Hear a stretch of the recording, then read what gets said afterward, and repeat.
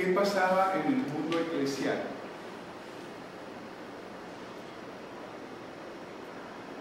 Siempre ha existido divisiones, siempre ha habido tendencias, siempre. Hoy las tenemos, y eso no es nada del otro mundo, ya como pensadores historiadores desde el Carlos. Voy a leer lo que tengo escrito aquí para ir más o menos en sintonía con lo que estoy presentando.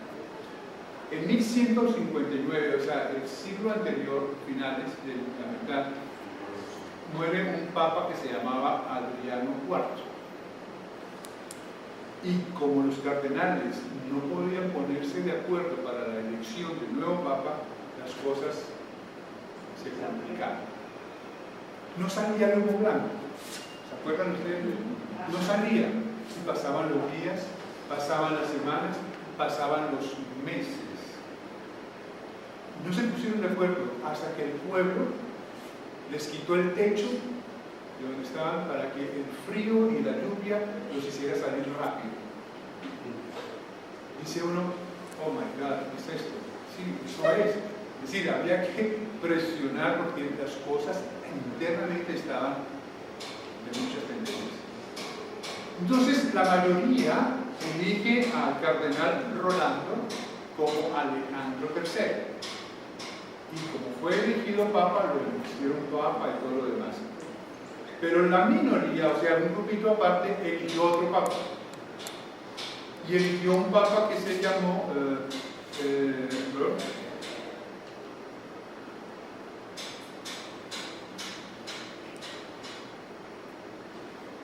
la mayoría enriquece, pero la minoría favorable a la política elige al cardenal Octaviano como Víctor IV. Entonces, ¿qué ocurre? Que cuando más o menos San Buenaventura empieza como a crecer, hay dos papas. Y eso es raro verlo. Entonces Alejandro III excomulga al emperador Federico Barbarroja y a todos sus séquitos. ¿Y qué ocurre? Pues excomulga también al otro papa. Entonces el otro papa y eso era. Entonces ellos, la historia termina en que realmente Víctor reconoce que no es el papa y se adhiere, hay una penitencia, hay una cárcel para él y todo lo demás.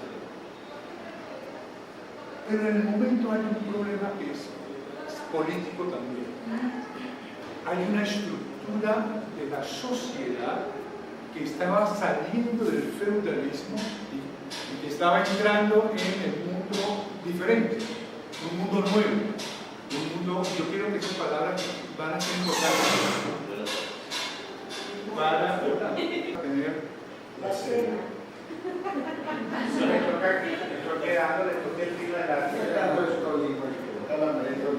Había una sincera división en el papado, en todo lo que era el ambiente de la iglesia, contra los emperadores. Había un de quién viene el poder y quién manda más. Y ese momento, el momento franciscano, es un momento de división de poderes. ¿Ya? Yo creo que lo que importa es saber que eso existe, y afortunadamente cada vez los poderes eclesiásticos y civiles se separan más, porque esas uniones así como medio nefastas que hubieron son cosas que son de la historia y que parecen relevantes. Bueno, en el corazón del debate se encuentra la riqueza de los obispos y trae San Francisco Eso ocurre en la vida de la iglesia. El papado está en una crisis terrible y la situación se complica. La situación de la iglesia, de la vida religiosa, no es menos problemática, es problemática. La vida religiosa está en crisis también, porque la vida religiosa del momento era una vida religiosa monástica. Venían los monjes y para ser religioso había que ir al monasterio, ir donde estaban ellos, ir a la montaña a vivir allá, per secula seculorum. No había presencia religiosa en las comunidades. Y Francisco es el primero que saca la vida religiosa a caminar por las calles. La pone en contacto permanente con los hombres, con las mujeres, con los niños. Se sienta por ahí, por eso el hábito nuestro es marrón. No es blanco, todo bello, todo tiene otro precio. Sino es marrón, o sea que eso no se ensucia. Es para pasárselo por ahí. Pues el marrón, ¿no? Es decir,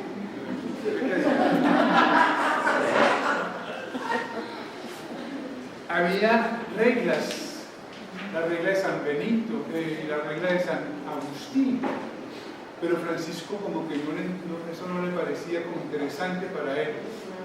Insiste a tiempo y a destiempo hasta que de viva voz, o este año, hace 800 años, le conceden la regla como una excepción. ¿Por qué?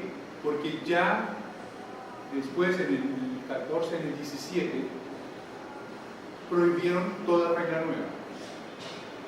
Pero como ya el Papa le había dicho de viva voz en el 9, después en el 21 lo ratifica con un documento, que es el que tenemos hoy. No podía haber nueva vida religiosa porque ya estaba.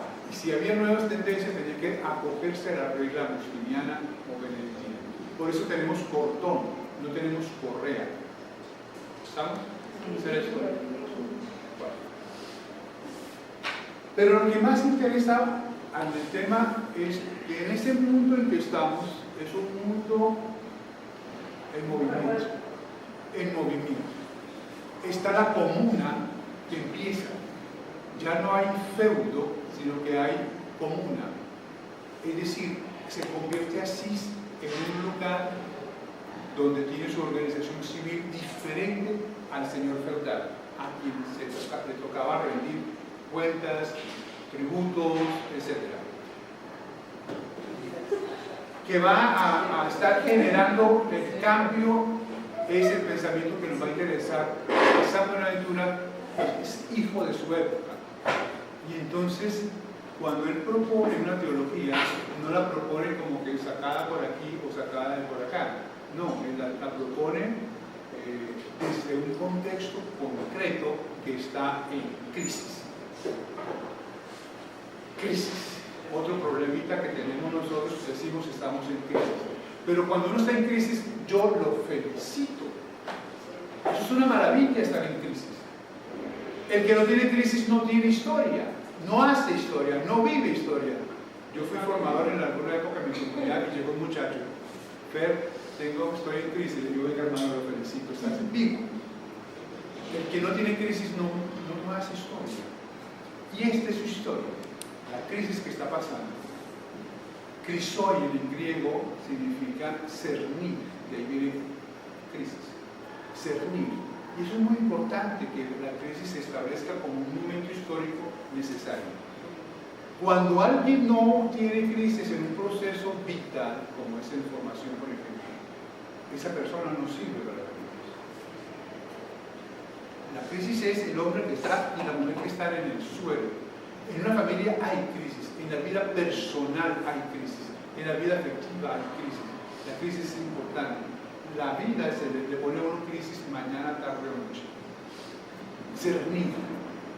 Es lo que hacen los trabajadores cuando llega un bulto de arena o un camionado de arena, que la pasan por un anqueo o un sedazo y para cernirla, ¿no? Para cernirla. Solo aquí hay un solo que es breve, grosero. Es el único que está riendo, es el rojo verde, porque jugó con mis signos. Ese cernir es importante para la vida. ¿Por qué? Porque lo que está ahí jugándose es la calidad de la arena, ¿cierto? Y aquí en el sedazo, en el arqueo, quedan las piedras, los palos, los plásticos, los huesos, las botellas, lo que no sirve y se bota, queda esto. El problema de la crisis es mientras tanto, mientras lo mueven a uno y le sacuden el piso. Pero cuando la iglesia, yo le digo, está en crisis, eso es una maravilla, porque reconoce un hecho histórico. es posible que haya un itinerario, y ya empiezo a hablar después de San Buenaventura, pero para que el itinerario comience es preciso constatar la crisis en la cual se está. Yo no puedo caminar por caminar, itinerario es camino, recorrido. Pero el ITER, la Unión Cooperativa Ética, estaba leyendo en la revista, el itinerario es eso, es caminar desde un momento concreto y hacia una meta particular.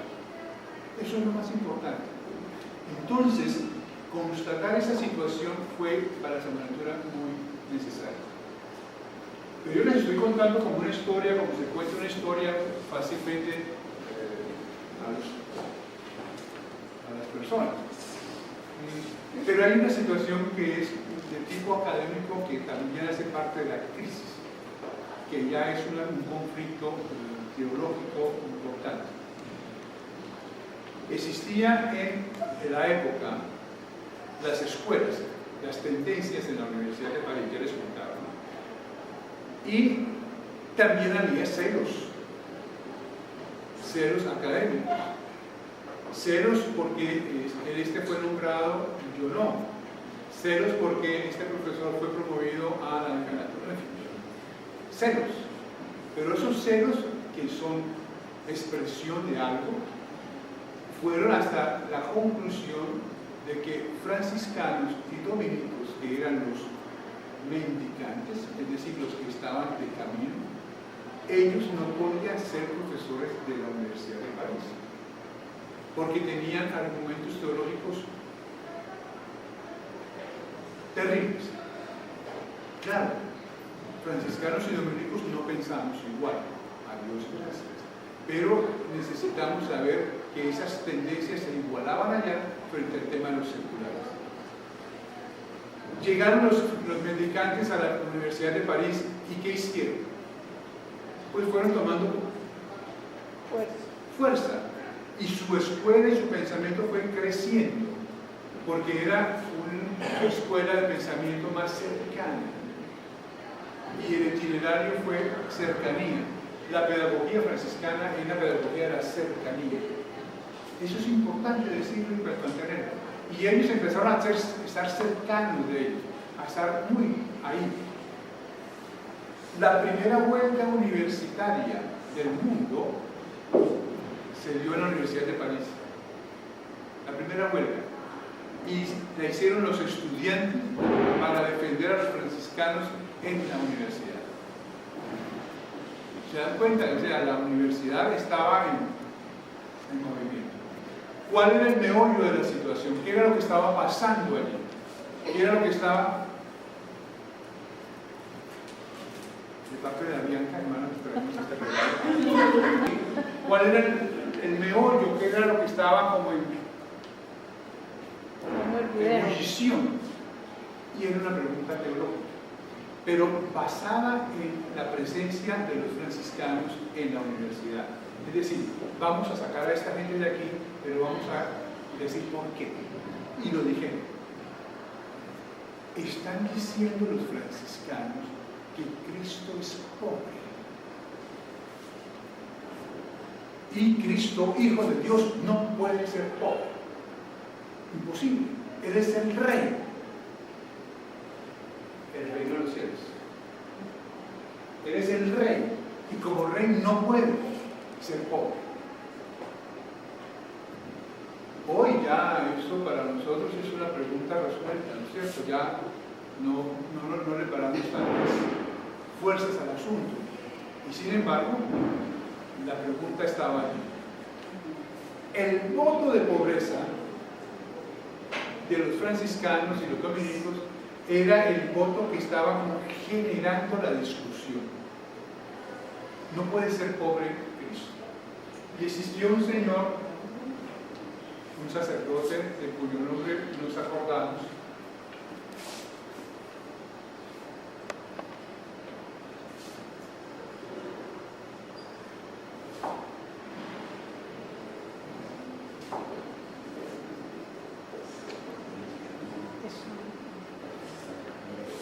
Guillaume de Saint-Amour. ¿Cómo es? Vamos a ver, Santa Rú. Ah, no, si no, no puedo decir. Guillaume de Santa Rú. Ah, es una belleza el francés. Este señor lideraba el grupo de los clérigos de la universidad que no eran religiosos. Había una serie de privilegios que los obispos y el Papa le estaban dando a los franciscanos, y eso también creaba cierta duda. Privilegios, por ejemplo, para enterrar, pues enterrarlos, no voy a decir los difuntos, sí, para enterrar. ¿Por qué? Porque eso estaba exclusivamente dedicado a los sacerdotes del clero secular. Y ustedes saben que cuando uno entierra, pues, en el nombre de Dios, uno recibe también algún estipendio pequeñito. Pues, todo se generaban dificultades también por ahí. Todo el tema de la pobreza era el tema primero. Y escribe un libro que se llama Sobre los nuevos peligros de la Iglesia. Avec le nouveau péril de l'Église.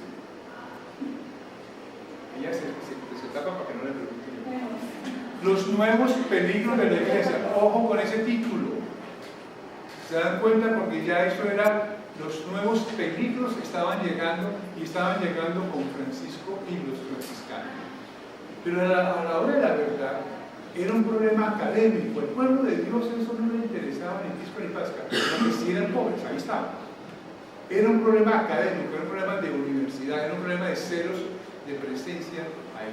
Y como hubo la rebelión de los estudiantes apoyando, entonces este señor hizo que el obispo, de cuyo nombre no quiero acordarme, enviara toda esa comunicación al Papa, y el Papa les expulsó a los franciscanos de la Universidad de París. Como obedientes que son, se fueron. Resulta que allá se fueron los estudiantes. Y se acabó la universidad porque las universitas estudiaron el profesor, o sea, tiene que haber estudiantes en la dinámica. Ahora le hago una pregunta. Vean ustedes, hace frío, a mí me encanta el frío. El problema llegó y todo lo demás, y entonces, para ser como medio sencillos en la explicación y breves, porque no importa la explica tanto esto, pero da una base, hubo un tratado donde los franciscanos enseguida trabajaron el tema, y en las predicaciones y en los cursos que dictaban aprobaron que Cristo es pobre. Pues, todo lo que eso implicaba para el voto de pobreza, esencia y corazón del tema del seguimiento de Cristo a la manera que Francisco de Asís.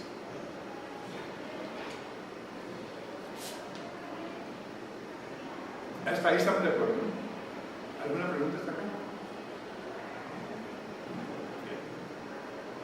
Al lado de esto, como para completar, como no tenemos ningún problema, vamos a poner uno más boom. Y ese boom es el tema que ocurrió con un pensador que estaba en el sitio de Buenaventura, que se llamaba